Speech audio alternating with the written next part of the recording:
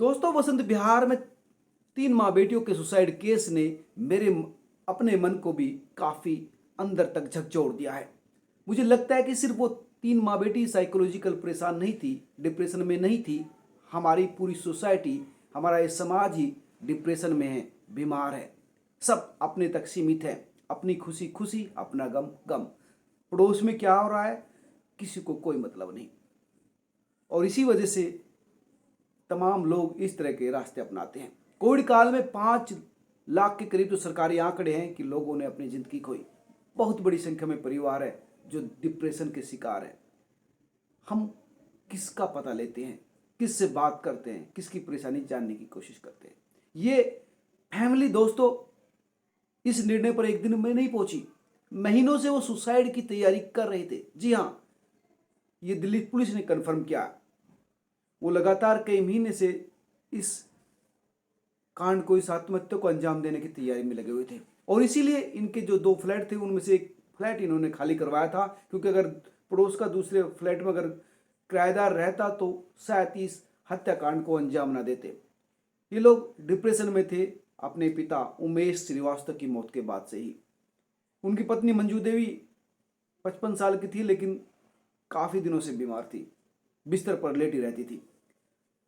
दोनों बेटियां होनहार थी, अंकिता भी और अंशुला भी। फाइनेंस और कॉमर्स की पढ़ाई की थी, अच्छी जॉब कर सकती थी, लेकिन पिता की मौत के बाद डिप्रेशन में थी। क्योंकि जब आदमी डिप्रेशन में होता है तो उसको हर जगह खालीपन, शून्यता, रिक्तता यही नजर आती है। और दोस्तों, गांव में आप देखेंगे तो इस तरह के केसेस कम आते हैं, क्योंकि यहाँ पर लोग एक दूसरे के सुख दुख में खड़े होते हैं। हमारी सामाजिकता इसीलिए तो बनाई गई थी। आप देखेंगे कि मौत के बाद जो तेहरी होती है, 3 दिन तक के पीरियड में लोग आसपास के आके घरों में बैठते थे, अकेला नहीं छोड़ते थे परिवार को, उनके सुख दुख में साथ देते थे, बताते थे कि ये मौत एक सच्चाई है, इसको लेकर इस तरह से संवेदनशील नहीं होना चाहिए, जिंदगी कभी खत्म नहीं होती। तो इससे एक आत्मविश्वास लोगों में आता है और वो अपने रास्ते पर चलता है। लेकिन शहरों की लाइफ में इस तरह की सामाजिकता खत्म हो रही है और इस तरह के मामले शहरों में ज़्यादा आते हैं। तो दोस्तों, ये परिवार लंबे समय से अपने सुसाइड केस को अंजाम देने की कोशिश कर रहा था, और इसलिए ई-कॉमर्स साइट से इन्होंने 3 अंगीठियाँ, फॉयल पेपर, टेप, वो तमाम चीज़ें मंगाई थी जो सुसाइड के लिए उन्होंने यूज की।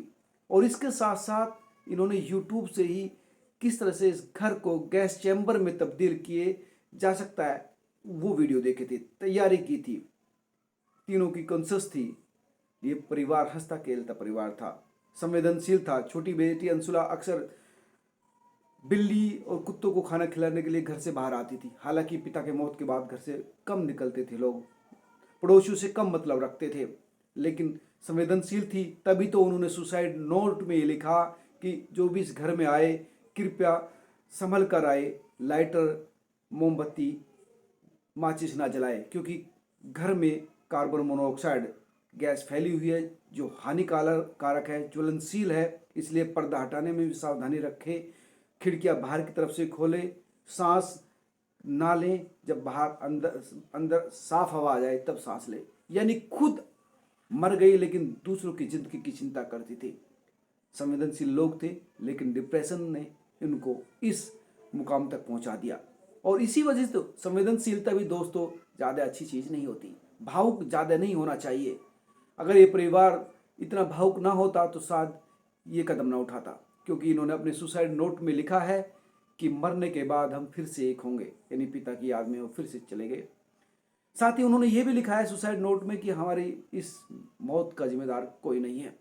आर्थिक स्थिति के बारे में उन्होंने लिखा है कि हमारे पास खाने पीने तक के पैसे नहीं थे, आर्थिक स्थिति बहुत ज़्यादा खराब थी। हालांकि जिम्मेदार किसी को नहीं ठहरा, लेकिन ये भी एक बात सत्य है कि उमेश श्रीवास्तव 5 भाई और एक बहन थे, यानी आधा दर्जन तो सगे रिश्ते वाले थे। लेकिन दोस्तों, सब अपने अपने परिवारों में मस्त रहे होंगे, तभी तो इस डिप्रेशन का, इस परिवार का किसी ने ख्याल नहीं रखा। बड़े भाई छोटे भाई किस दिन के लिए काम आते हैं, खून के रिश्ते किस दिन काम आते हैं। अगर वो खून के रिश्ते थोड़ी भी संवेदनशीलता दिखाते बच्चियों के प्रति, अपनी भाभी के प्रति, तो शायद ये परिवार इस तरह से ना होता। तो दोस्तों, ये पीड़ा है इस समाज की, मेरे भी, हम लोगों को इतना संवेदनशील तो होना भी चाहिए। मेरी इस वीडियो बनाने का मकसद भी है कि कम से कम हमें इतना संवेदनशील होना भी चाहिए कि आजू बाजू जो इंसान है, हम जैसे लोग हैं, उन पर क्या गुजर रही है, कम से कम इतना तो देखें। ये ना खाना खाना और मर जाना तो फिर पशु भी करते हैं, लेकिन इस परिवार की त्रासदी वास्तव में हम सब लोगों के लिए आँख खोलने वाली बात है। और एक बात ये भी है कि ये जो पढ़े लिखे लोग हैं, अगर इस तरह से संवेदनशील होंगे, इतनी जल्दी हताश होंगे, तो कैसे ये समाज फिर आगे बढ़ेगा। पढ़ने लिखने का मतलब है कम से कम मैच्योर होना, क्योंकि मौत एक सत्य है और जो चला गया उसको लौटाया नहीं जा सकता। नमस्कार। आप क्या सोचते हैं मुझे कमेंट करके ज़रूर बताना।